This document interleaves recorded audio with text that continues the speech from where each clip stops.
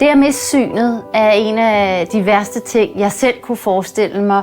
Og ser man ud på befolkningen, så kan man også lave videnskab, der viser, at synstab er at sidestille med meget alvorlige og livstruende sygdomme. Jeg hedder Miriam Kolko, og jeg er overlæge, arbejder med grøn stær, og så er jeg professor. Projekt Forever er helt grundlæggende et samarbejde mellem private aktører og offentlige aktører. Det synes jeg er unikt. Det gør, at vi får en masse viden, en masse data leveret, så vi kan lave god forskning, der kan hjælpe borgerne med at undgå synshandicap. Vi er utroligt taknemmelige for den store opbakning, der er til Projekt Forever. Vi har i løbet af kun godt et år fået mere end 60.000 deltagere.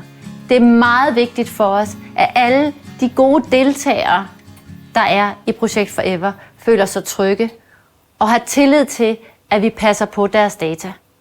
Mit navn er Thomas Bonefeld Jørgensen. Jeg er stifter og direktør for Unique Me. En stor udfordring i forskningsprojektet er, at man bruger mange ressourcer på datahåndtering, deltagerinformation og samtykker. Vores løsning er den første, hvor man har et fuldt digitaliseret flow af samtykker, information og indsamling, og dermed også en transparens for borgeren. I samarbejde har vi udviklet en platform, der kan håndtere de mange personfølsomme data, så der ikke er nogen tvivl om, at de håndteres sikkert. Det er rigtig godt, for det giver os tid og ro til at lave god forskning. Med den løsning, vi leverer til forskerne, så kan de fokusere på forskning og mindre på administration. Vi kan se, at vores løsning i store forskningsprojekter øger tiden til forskning.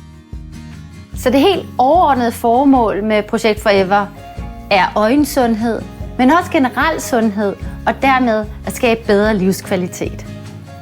Vi går også meget op i, at vi skal formidle de resultater, vi får ud af projektet til alle vores deltagere. Og selvfølgelig også til resten af befolkningen.